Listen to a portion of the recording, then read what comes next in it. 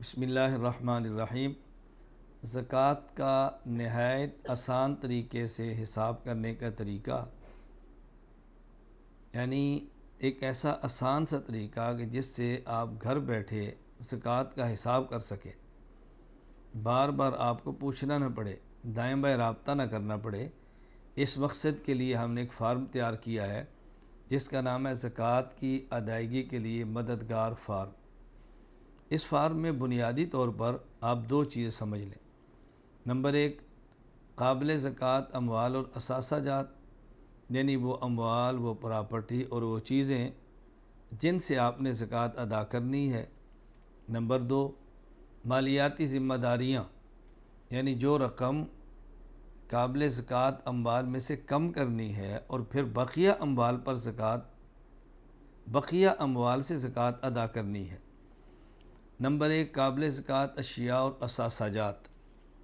Number ایک، سونا اور چاندی کسی بھی شکل میں ہوں، کسی بھی مقصد کے لیے ہوں، کھوٹ اور نگینے نکال کر ان کی جو مالیت بنے وہ نوٹ کر لیں۔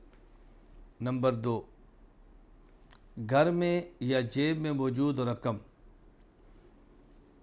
نمبر تین، بینک اکاؤنٹ یا لاکر میں موجود رقم۔ نمبر چار، غیر ملکی کرنسی کی موجودہ مالیت۔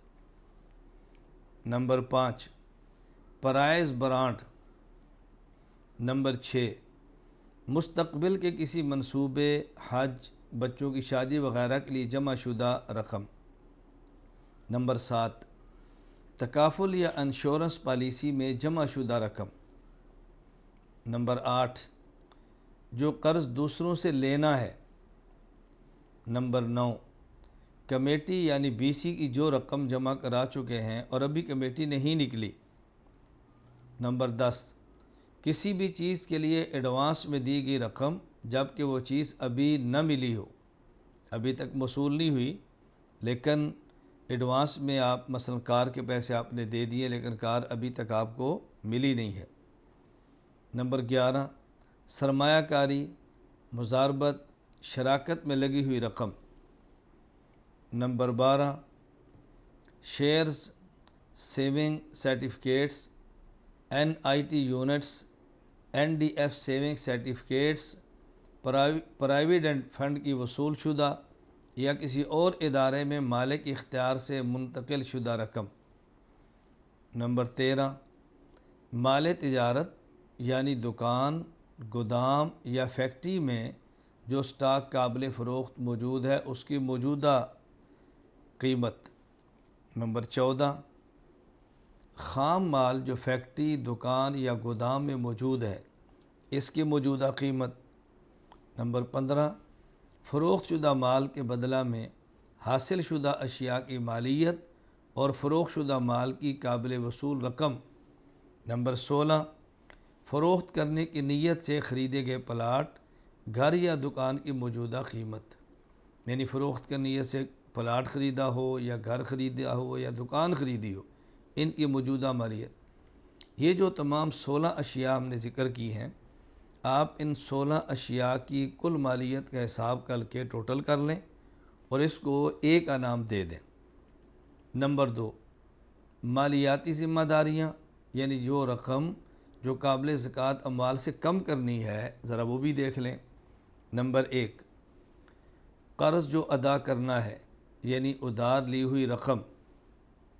نمبر دو، ادھار خریدی ہوئی چیزوں کی جو رقم ادا کرنی ہے۔ نمبر تین، بیوی کا حق مہر جو ابھی تک ادا نہیں کیا اور ادا کرنا ہے۔ نمبر چار، پہلے سے نکلی ہوئی کمیٹی یعنی بی سی کی جو بقیہ قسطیں ادا کرنی ہیں۔ نمبر پانچ، آپ کے ملازمین کی تنخواہیں جو اس تاریخ تک واجب الادا ہیں۔ نمبر چھ، ٹیکس، دکان، مکان وغیرہ کا کرایہ، یعنی ٹیکس، دکان، مکان وغیرہ کا کرایہ، یوٹیلٹی بلز وغیرہ جو اس تاریخ تک واجب الادا ہوں۔ دکان کا کرایہ دینا ہے، مکان کا کرایہ دینا ہے، ٹیکس دینے ہیں، اور اس تاریخ سے پہلے اس تاریخ کے بعد نہیں، اس تاریخ تک جو ادا کرنے ہوں۔ نمبر 7، گزشتہ برسوں کی زکوٰۃ جو ابھی ادا نہیں کی گئی۔ اب ان تمام اشیاء کی کل مالیت کا حساب نکال کر اس کو بھی ٹوٹل کریں اور اسے بی کا نام دے دیں۔ اب یہ بات سمجھیں، آپ کے سامنے دو چیزیں آ گئیں۔ نمبر 1، وہ تمام اموال اور اثاثہ جات جو قابل زکوٰۃ ہیں۔ نمبر 2، وہ مالیاتی ذمہ داریاں جو آپ کے ذمہ واجب الادا ہیں۔ تو پہلی تمام اشیاء کی کل مالیت کا حساب لگائیں، اسے اے کا نام دیں، اور دوسری تمام اشیاء کی کل مالیت کا حساب لگا کر اسے بی کا نام دیں۔ اب اے میں سے بی کو تفریق کر دیں، جو جواب آئے اس کو پھر 40 پر تقسیم کریں۔ اب جو جواب آئے وہ آپ کے ذمہ واجب الادا زکوٰۃ کی کل رقم ہے۔ مثال کے طور پہ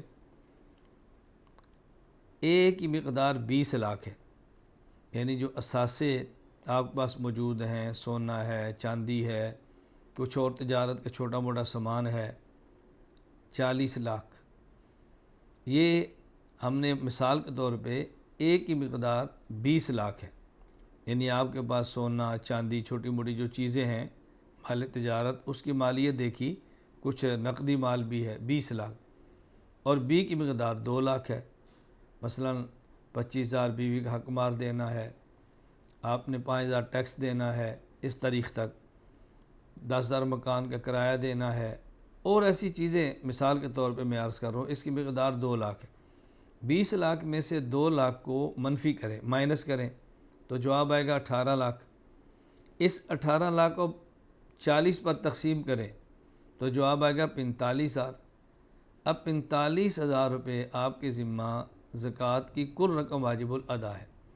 یہ 45,000 اکٹھی دے سکتے ہیں اور 45,000 تھوڑی تھوڑی کر کے بھی دے سکتے ہیں۔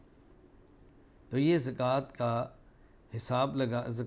کے حساب لگانے کا بہت آسان طریقہ ہے جو آپ کی خدمت میں پیش کر دیا گیا ہے۔ باقی یہ بات پھر ذہن نشین فرما لیں، خواتین کے ذاتی استعمال کے زیور پر زکوٰۃ ہے، اور استعمال کی گاڑیاں، گھر، دیگر سامان، اس پر کوئی زکوٰۃ نہیں۔ اللہ تعالی ہم کو اہتمام کے ساتھ زکوٰۃ کا فریضہ ادا کرنے کی توفیق عطا فرمائے اور اپنی بارگاہ عالی میں اس کو قبول بھی فرمائے۔